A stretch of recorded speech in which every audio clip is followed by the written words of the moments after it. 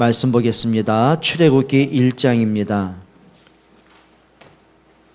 출애굽기 1장에서 보겠습니다. 출애굽기 1장 1절부터 7절까지 우리 함께 봉독합니다.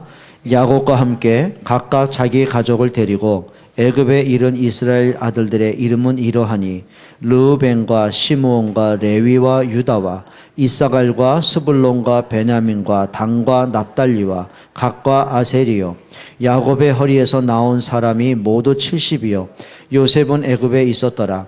요셉과 그의 모든 형제와 그 시대의 사람은 다 죽었고 이스라엘 자손은 생육하고 불어나 번성하고 매우 강하여 온 땅에 가득하게 되었더라. 아멘. 오늘은 출애굽기 1장입니다. 여러분 이것을 좀 잘 보시면 됩니다. 역사보는 좀 눈이 있으셔야 됩니다. 고린도전서 10장 6절에 보면 이렇게 말합니다. 바울이 이스라엘 백성이 출애굽의 과정을 쭉 설명하면서 뭐라고 하냐면 이렇게 말하죠. 그런 일은 우리의 거울이 되어 우리로 하여금 저희가 악을 즐겨한 것 같이 즐겨하는 자가 되지 않게 하랍니다. 자, 역사가 뭔지 아세요? 우리의 거울이 되어야 돼요. 우리가 지나간 역사를 보면은 내가 가야 될 미래가 보여집니다. 그렇죠?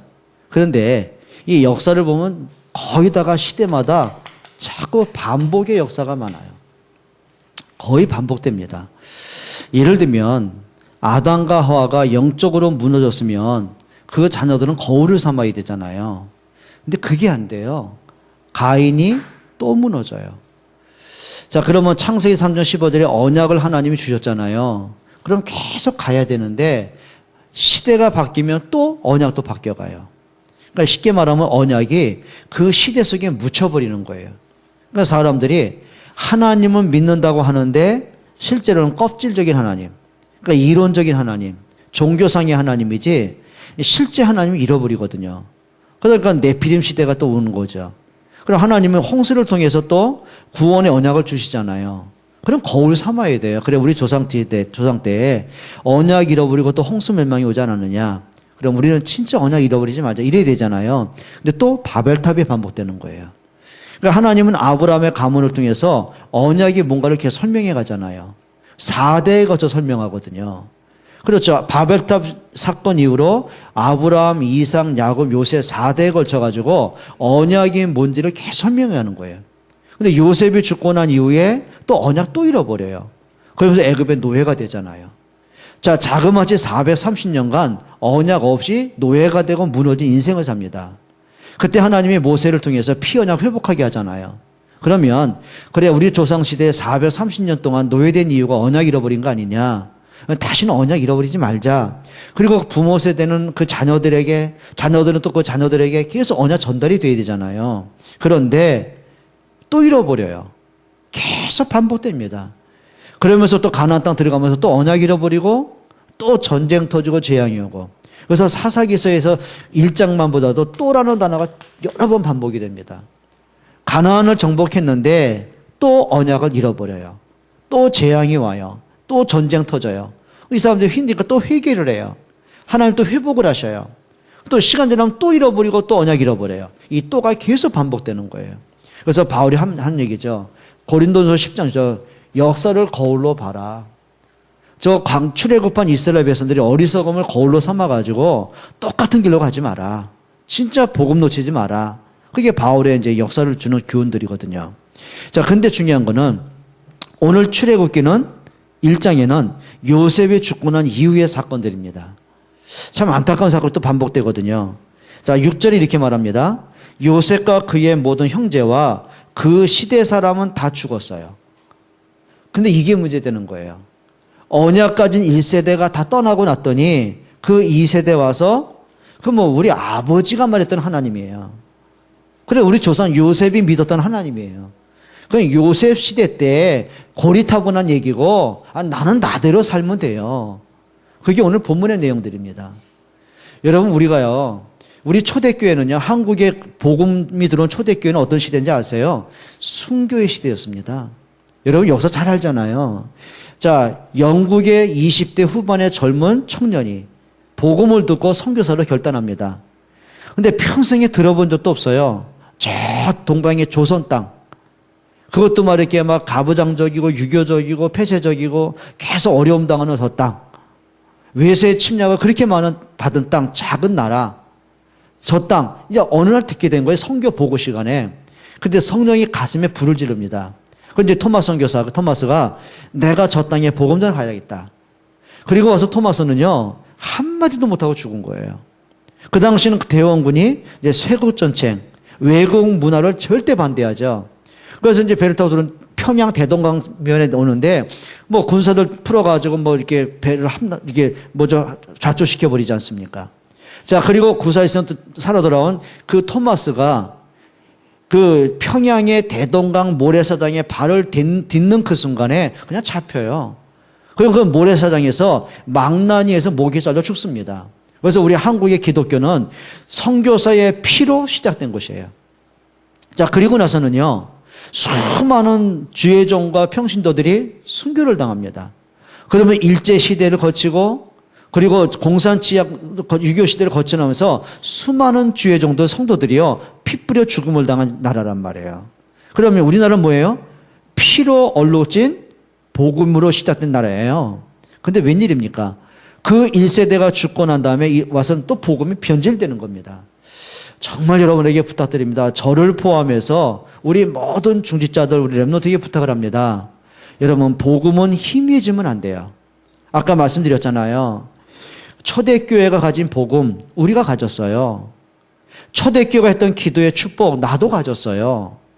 예수님이 땅까지 증인되려는 전도와 선교의 비전, 우리도 갖고 있어요. 그런데 똑같은 복음을 갖고 똑같은 비전을 갖고 축복을 받았는데 한 가지 틀린 게 있습니다. 자, 초대교회는 시간이 지나면 지날수록, 핍박을 받으면 받을수록, 순교자가 나오면 나올수록 복음이 더 선명해진 거예요. 그런데 우리에게는 이 복음이 가면 가서 뭐가 되죠? 자꾸 희석이 됩니다. 뭔가 자꾸 섞여요. 내 생각으로 섞고, 감정에 섞고, 분위기에 섞고, 오직 복음이 안 돼요. 여러분, 하나님의 역사하는 길은 하나입니다. 여러분과 저에게 오직 복음되는 그날입니다.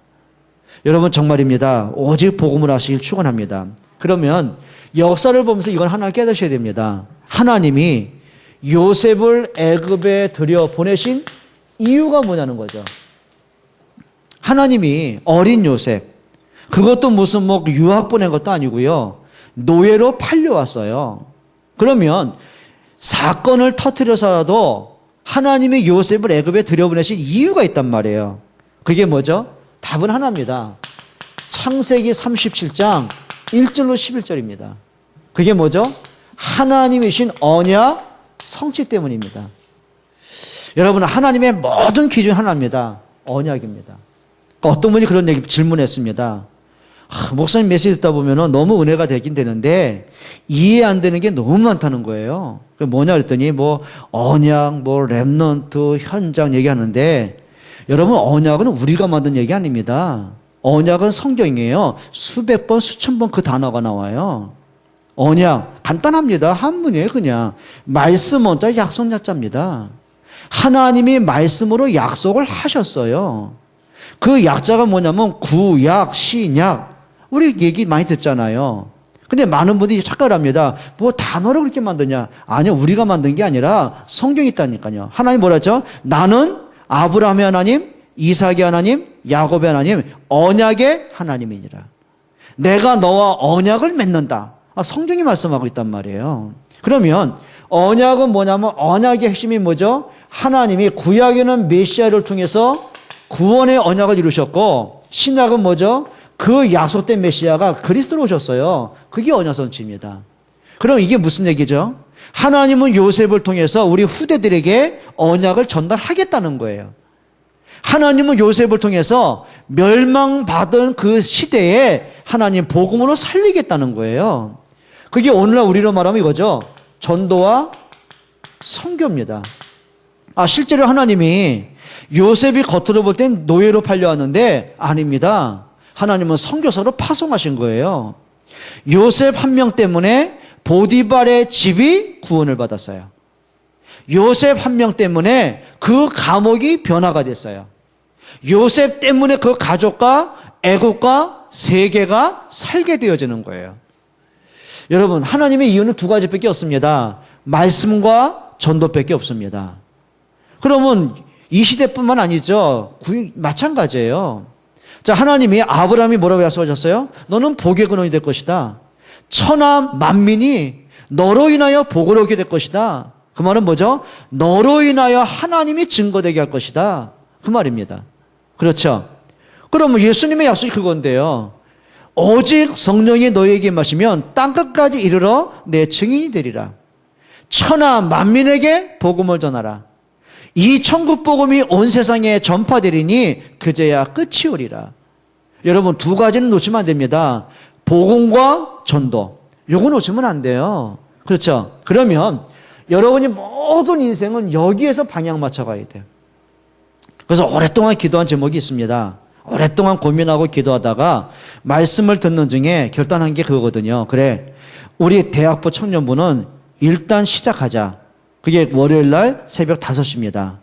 그래, 일어나는 거 힘들겠죠. 한번 두고 볼 겁니다. 누가 사명자인지 볼 겁니다. 아유, 목사님 출근도 해야 되고요. 일찍 일어나세요. 닦으면 되죠. 아유, 목사님 밥은 먹어야 되고요. 금식하든 빵 먹고 하든 가면 되죠. 뭐가 걱정되겠습니까? 그럼 여러분이 결단했는데 우리 장로님들이 굶겨 보내겠냔 말이에요. 그렇잖아요. 정말입니다. 농으로 들면 안 되고요. 진짜 답내야 됩니다. 그래요. 우리 진짜입니다. 금요일 날 7시에 우리 한번 전도 때문에 말씀 나누고 기도 한번 해보자니까요. 진짜 그런 기도가 되더라고요. 하나님, 우리가 한두 번 모이고 끝날 모임이 되지 않게 하시고 우리가 모일 때마다 하나님이 하신 일을 간증하고 찬양할 수밖에 없는 증거를 주옵소서. 분명히 예수님 약속했잖아요. 복음 때문에 하나님은 증거를 주신다고요. 너희가 내 증인이 되리라. 그 말은 증인은 증거를 가진 사람이거든요. 여러분, 하나님의 요셉을 들여보신 이유는 여기 있습니다. 그러면 요셉이 애굽에 들어서 수많은 어려움도 당하고 고난도 당했잖아요. 세상이 이해하지 못한 엄청난 성공도 했잖아요. 그래요. 막강한 나라에, 전 세계 정복한 나라의 총리가 되잖아요. 전 세계 왕들을 상대하고 전 세계를 살리는 응답을 받잖아요. 자, 그러면 이쪽만 보면은 낙심이 될 만하고 이 성공만 보면 교만이 되잖아요. 근데 요셉이 본 게 있습니다. 그가 당한 고난은 뭐냐면 그게 축복으로 가는 발판이었습니다. 그래, 내가 전혀 깨닫지 못하니까 그게 뭐냐면 하나님의 언약 선지 세계 복음화의 그게 이정표입니다. 이정표가 뭐예요? 이정표 보고 우리가 모르는 길을 가지 않습니까? 그래, 요셉이 애굽에 들어오지 못할 걸 아시니까 하나님이 노예라는 사건을 통해서 애굽에 들어오게 하셨어요. 그래요. 경제 배울 만한 여유가 없으니까 하나님이 그저 막강한 재벌가의 보디발 집의 가정 총무가 되게 하면서 모든 경제관리, 인사관리 미리 공부하게 하셨어요. 감옥에 가서 보니까 정치가 뭔가를 알게 했고 술 맡은 관원장을 통해서 그래 왕하고 연결되는 통로가 되었어요. 그게 뭐라고요? 모든 문제가 뭐냐면 어느 날 축복의 발판이 되고 우리가 하나님과 방향 맞춰가는 이정표가 되는 거예요. 그렇죠? 근데 복음 없이 성공을 보면은 자기 교만에 빠지잖아요. 그런데 요셉이 뭘 봤냐면 복음과 전도를 갖고 성공할 이유가 발견되니까 그게 뭐죠? 그게 힘이 되는 겁니다. 자, 세상 권력이 힘이 아니고요. 진짜 복음 때문에 내가 하나님께 쓰임받는 사람이 있어요. 여러분, 진짜 좀 우리가 하나님 앞에 이유가 있는 사람 되시길 축원합니다. 자, 그런데 이렇게 응답 속에 있는 이스라엘 백성들, 오늘 한번 성경 한번 또 보세요. 7절입니다. 이스라엘 자손은 생육하고 불어나 번성하고 매우 강하여 온 땅에 가득하게 되었더라. 그래요. 지금 야곱의 가족이 애굽에 들어올 땐 70명 들어왔거든요. 그게 계속 인구가 늘어나고 힘이 생겨진 게 뭐냐면 강성하고 생육하고 그리고 온 땅에 가득하였더라. 이게 아무도 무시할 수 없는 응답이 왔어요. 자, 심지어는 8절, 9절, 10절에 보면요. 애굽의 왕이죠. 바로가 이스라엘 사람 보면서 긴장이 된 거예요. 저렇게 유능하고 똑똑하고 능력 있고 강한 민족 언젠가는 우리를 집어삼킬 거 아니냐. 그 두려움이 올 만큼 이게 막강한 축복으로 이제 발전합니다. 근데 왠지 아십니까? 근데 현실은 심각한 문제가 옵니다. 그들이 처한 현실이죠. 애굽의 노예로 바뀌어버려요. 요셉 때 들어올 때는 노예가 아니었어요. 그렇죠? 총리로 당당한 입성을 했어요. 그리고 왕과 이스라엘 모두 애굽의 사람들이 그들을 선대했고 그 다음에 고센 땅을 완전히 줄 만큼 그들을 대우했어요. 그만큼 인정받았다는 거예요. 자, 왕이 볼 때 요셉 보면서 야, 저렇게 뛰어난 사람, 하나님의 감동받은 사람, 내가 어떻게 너 같은 사람 만나볼 수 있겠냐. 그 요셉 보면서 너무 행복해했고 요셉을 인정했고 심지어는 자기 왕이라 칭하는 그 반지를 빼가지고 요셉에 끼워주고 막바로 총리를 삼아요. 성경에 뭐라고 하냐면은 내가 너보다 높은 것이 하나의 왕자리밖에 없다. 그리고 모든 권한을 요셉에게 위임할 만큼. 그게 그 응답이었거든요. 근데 어느 날 요셉이 죽고 난 이후에 모든 영광을 잃어버렸어요. 모든 언약도 잃어버렸어요. 그게 오늘의 문제입니다. 오늘 한번 8절 한번 보세요. 성경은 이렇게 말하거든요. 요셉이 알지 못하는 새 왕이 일어나 애굽을 다스리더니. 여러분, 왕이 되려면 어릴 때부터 뭘 배운지 아시죠? 자기 나라 역사를 기본으로 배웁니다. 그러면 애굽이 창건한 이후에 가장 영향력 있는 사람이 요셉이라는 거 모르겠습니까? 역사에서 배울 텐데요. 근데 성경은 말하는 거예요. 요셉을 모르는 왕이 태어났어요. 그 말은 요셉의 업적을 모르는 게 아니에요. 요셉이 한 역사를 모르는 게 아니고 그 요셉을 인정 안 하는 왕이 등장을 했다는 거예요. 그게 뭐죠? 이스라엘 백성들 이겁니다. 언약 상실의 시대가 되고 말았어요. 여러분, 아무리 강해도요, 아무리 뛰어나도요, 언약 잃어버리면 세상에 노예될 수밖에 없어요. 영적 문제에 노예될 수밖에 없어요. 그게 답이죠. 자, 그러면 10절에 이렇게 말하죠. 왕이 하는 얘기입니다. 자, 우리가 그들에게 대하여 지혜롭게 하자. 두렵건대 그들이 더 많게 되면 전쟁이 일어날 때에 우리 대적과 합하여 우리와 싸우고 이 땅에서 나갈까 하노라 하고. 그러면 11절 12절에 뭐라죠? 감독들을 그들 위에 세우고 그들에게 무거운 짐을 지어 괴롭게 하고. 계속 괴롭힙니다. 그들에게 바로를 위하여 국고성 비동과 라암새를 건축하게 하고. 여기 그 당시에요, 성을 쌓게 하는 일을 누가 했냐면은 전쟁에서 포로로 끌려온 사람 있죠. 전쟁 포로들을 성을 쌓게 했어요. 왜냐하면 너무 위험하니까. 성 쌓다가 죽을 수 있잖아요. 그럼 그 말은 뭐냐면 완전 노예로 무너뜨렸다는 거예요. 그리고 12절이 이렇게 말하죠. 그러나 학대를 받을수록. 무슨 얘기죠? 결국은 이스라엘이 애굽의 노예로 무너집니다. 여러분, 지금도 똑같거든요. 우리가 언약 잃어버리면, 말씀 놓치면은요, 뭔가에 노예됩니다. 생각에 노예되고, 상처에 노예가 되고, 감정의 노예가 되고, 환경의 노예되고, 분위기의 노예되고, 우리 아이들, 청년들은 게임에, 인터넷의 노예가 되고, 어떤 사람은 술의 노예가 되고, 도박의 노예되고, 계속 그럴 수밖에 없어요. 여러분, 노예가 됐다는 말은 뭐죠? 사단의 지배를 받는다는 거예요.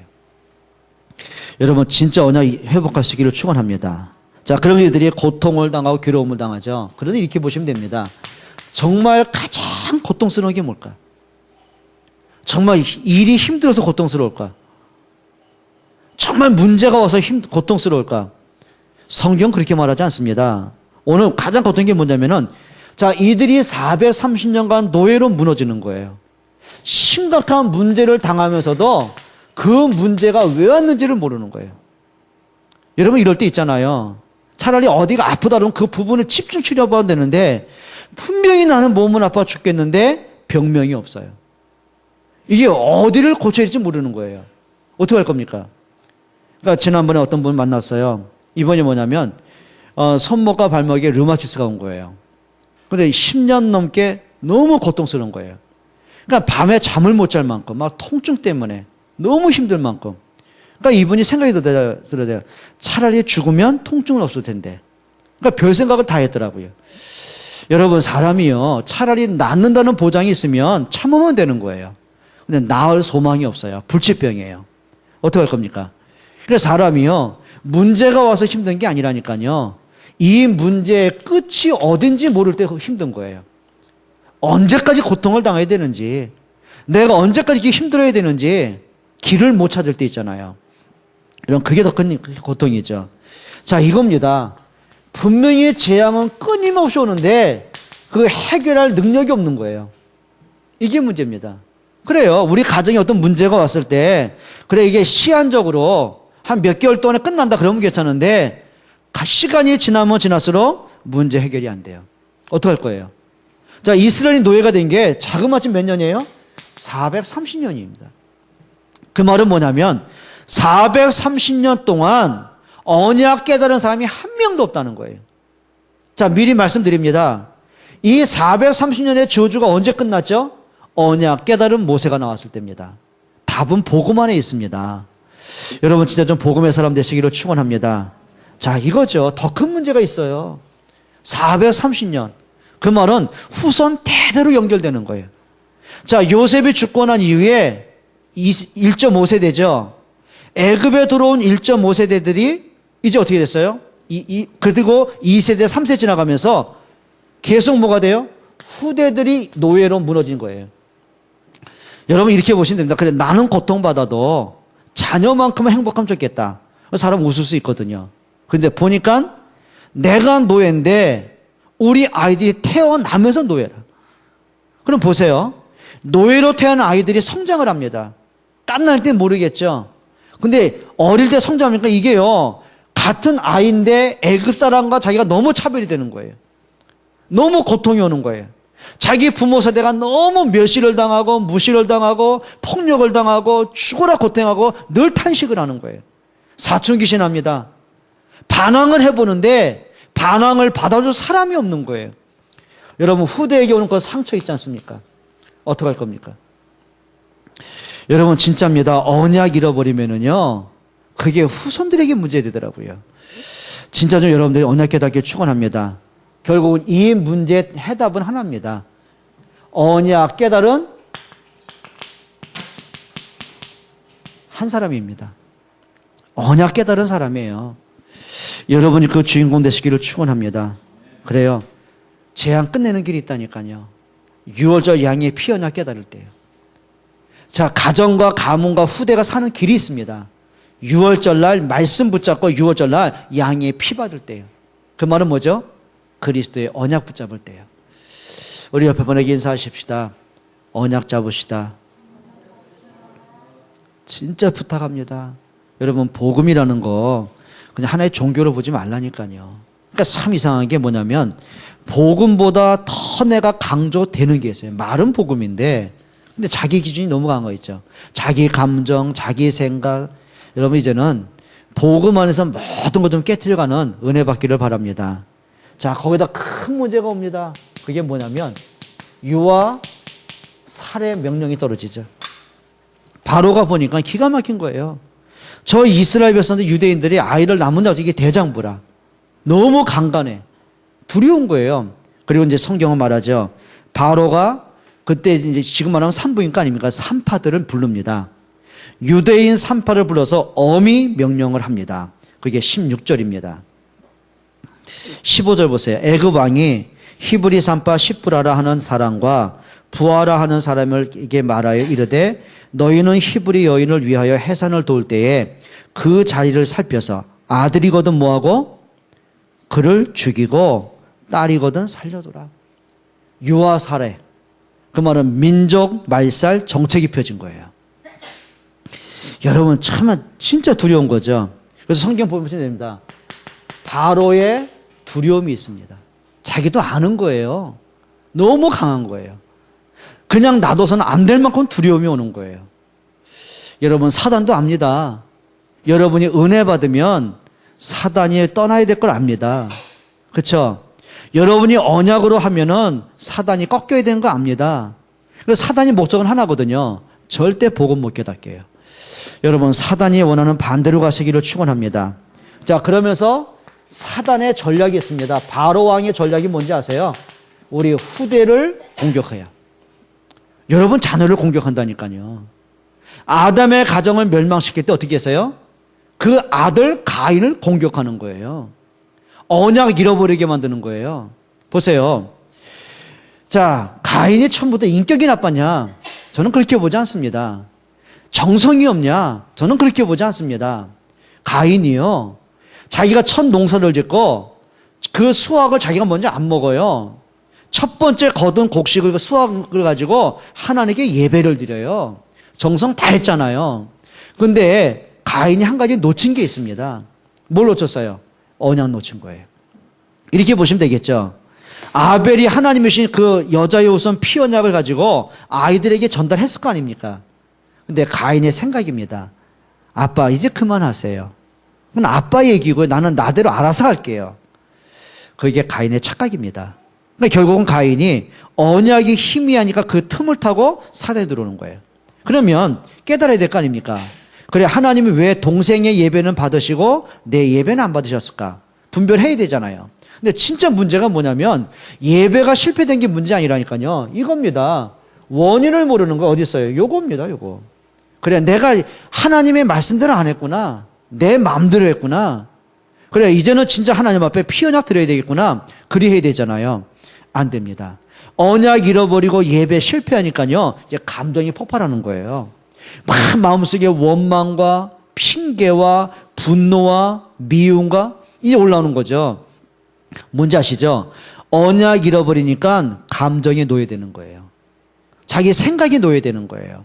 그러니까 온갖 핑계대고 원망하잖아요. 여러분 중요합니다. 사단은 여러분 자녀를 공격합니다. 진짜 기도하셔야 됩니다. 여러분 자녀들이 복음 속에 들어오도록 여러분 기도하는 부모 되시기를 축원합니다. 자, 그러면서 사단의 전략이 뭐죠? 이 속에서 하나님이 하나님을 경외하는 산파들을 쓰시는 거예요. 오늘 성경에 뭐라고 했나 보세요. 18절입니다. 17절 보겠습니다. 그러나 산파들이 하나님을 뭐하여? 두려워하여 애굽 왕의 명령을 어기고 남자 아기들을 살린지라. 여러분 왕의 명령 거역하면 어떻게 돼요? 죽잖아요. 3대가 멸족을 당하잖아요. 그러면 산파들이 그걸 모르겠어요? 똑똑한데? 알아요. 그런데 왕의 엄한 명령보다 하나님을 더 두려워했다는 거예요. 그러니까 여기 두렵다는 말은 뭐냐면 하나님이 무서우니까가 아니에요. 하나님을 알았다는 얘기예요. 그래서 하나님을 두려운 게 하나님을 경외했단 말이거든요. 경외란 말은 뭐냐면 하나님께 경배하고 하나님을 두려워하는 거예요. 그래 내가 예배 안 하면 뭐 일 터지겠지 그게 두려움이 아니라 그래 예배보다 중요한 게 있겠냐? 예배보다 소중한 게 있겠냐? 예배만큼 내가 값진 게 있겠냐? 그걸 하나님을 두려워한다는 표현을 써요. 그러니까 무섭다는 말하고 다른 거죠. 지금 산파들이요 하나님을 알고 있어요. 왕의 명령을 거역하면 삼족이 멸망받는다. 알지만 그것보다 더 붙잡은 게 있습니다. 하나님 앞에 섰어요. 자, 그리고 이렇게 말하죠. 보세요. 18절입니다. 애굽 왕이 산파를 불러 그들에게 이르되 너희가 어찌하여 이같이 남자아기를 살렸느냐. 그러니까 19절에 말하죠. 지혜롭게 말합니다. 산파가 바로에게 대답하되 히브리 여인은 애굽 여인과 같지 아니하고 건장하여 산파가 그들에게 이르기 전에 해산하였나이다. 그러니까 지혜롭게 얘기하죠. 그때 20절 보세요. 지금 거짓말한 거거든요. 근데 그 거짓말은 생명 살리는 거짓말이었어요. 근데 하나님이 20절 이렇게 말합니다. 거짓말인데 뭐라고 하죠? 20절에 하나님이 그 산파들에게 은혜를 베푸시고 뭘 베푸셨어요? 은혜를 베푸셨어요. 여러분 이렇게 하시면 됩니다. 하나님이 은혜 주는 사람이 되세요. 그래요. 하나님 보실 때 진짜 너 복음의 사람이구나. 그래 너가 육신적인 계산보다 진짜 하나님 앞에 믿음으로 서는구나. 이 하나님 볼 때 그런 사람이 있거든요. 하나님의 축복하는 여러분 되시기를 바랍니다. 그리고 21절에 이렇게 말합니다. 그 산파들은 뭐함으로?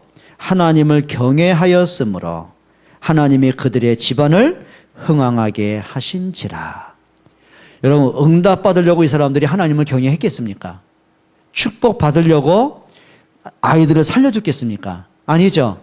하나님 앞에 섰어요. 믿음으로 했어요. 근데 하나님이 그들의 집에 뭐 하셨어요?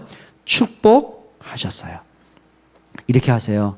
하나님이 은혜 주는 사람, 하나님이 축복할 수 있는 사람, 하나님의 여러분 가정에 축복을 쏟아 부을 수 있는 사람, 그런 사람 되시기를 바랍니다. 산파들은 한 가지 한 것밖에 없습니다. 하나님 앞에 섰어요. 죽을 줄 알고 계산하지 않고 알면서도 하나님 앞에 섰어요. 왕을 두려워하는 마음보다 하나님을 두려워하는 마음이 더 컸어요. 그리고 믿음에 결단했어요. 그리고 믿음에 선택을 해요. 그런데 하나님이 그 산파들에게 은혜만 준 것이 아니라 그들의 지배, 그건 경제, 그들의 가정, 그들의 자녀들을 하나님이 축복했다는 거예요. 여러분, 부모 때문에 자녀들에게 축복이 전달되시기를 축원합니다. 정말 그랬으면 좋겠습니다. 그래서 진짜 중요한 게 뭐냐면 여러분, 믿음의 올바른 선택을 하세요. 그러니까 계산하면 되잖아요. 그래 말이야, 왕한테 거절하면 나만 죽겠냐, 자식도 죽을 것이고 어떻게 사냐. 그래 뭐 나라도 살고 그럴 수 있잖아요. 대충 할 수 있잖아요. 그런데 완전히 섰어요. 100% 하나님 앞에 섰어요. 그게 믿음의 결단이죠. 여러분, 그 속에서는 결과들이 있습니다. 하나님은 언약 잃어버린 그 속에서 하나님은 언약의 사람을 세워가십니다. 그게 출애굽기 2장에 나오는 모세입니다. 자, 그러면 모든 남자아이가 죽어야 되는 그 시간표가 왔을 때 믿음에 결단한 두 사람이 있어요. 산파입니다. 여러분 믿음의 좀 산파가 되시기 바랍니다. 정말 여러분 때문에 그래 흑암이 좀 꺾일 만큼, 여러분 때문에 문제당한 사람이 회복이 될 만큼. 자, 위기 아닙니까? 전체 이스라엘 전체 위기거든요. 가정의 위기고 자녀들의 위기 아닙니까? 죽음의 문제인데요. 그러면 여자들이 왕의 명령 가지고 아이들만, 남자애들만 다 죽인다면 어떻게 되겠어요? 민족 말살이 될 것이고 가정마다 초상집이 될 것이고 상처가 될 것인데요. 그런데 자, 두 여인의 믿음의 결단 때문에 민족이 살았어요. 가정이 살았어요. 우리 후대가 살았어요. 그러면서 그 속에서 나온 게 누구예요? 그게 모세였어요. 여러분, 좀 믿음에 좀 결단하시길 축원합니다. 자꾸 여러분 불신앙으로 흔들리지 말고요. 내 기분 따라 생각 따라 가지 말고요. 그래, 하나님의 말씀은 뭐라고 하실까? 그게 기준 되시면 됩니다. 여러분, 진짜 좀 언약의 사람, 믿음의 사람 되시기 바랍니다. 우리 옆에 사람과 인사하고 좀 마치겠습니다. 우리 믿음으로 합시다. 믿음의 선택을 합시다. 믿음으로 결단합시다. 그렇게 되길 축원합니다. 우리 기도하겠습니다. 우리 한번 말씀 붙잡고 기도해요. 하나님, 언약 잃어버린 시대, 그래요, 신자들은 맞는데 예수님 말씀하셨어요. 내가 말세에 믿는 자를 보겠느냐. 교회도 많고 신자도 많고 주회종도 많은데 예수님 탄식입니다. 말세에 믿는 자를 보겠냐. 그 말은 뭐죠? 진짜 복음의 사람이 누구냐는 거예요. 정말 전도와 선교와 교회의 중심을 담은 사람이 누구냐는 거예요. 같이 한번 통성으로 기도하겠습니다. 사랑의 하나님, 감사합니다. 하나님, 진짜 복음의 능력, 하나님의 말씀이 우리의 마음 깊이 새겨지도록 인도하여 주옵소서. 성령께서 들을 수 있는 귀를 열어 주옵소서. 깨달을 수 있는 은혜를 주옵소서. 하나님, 영광 받아 주시옵소서. 오직 예수 그리스도가 되기를 원합니다. 진짜 오직 복음, 초대교회가 가진 그 언약을, 기도의 행복함을, 전도와 선교와 교회의 참 축복을 나의 응답으로 갖기를 원합니다.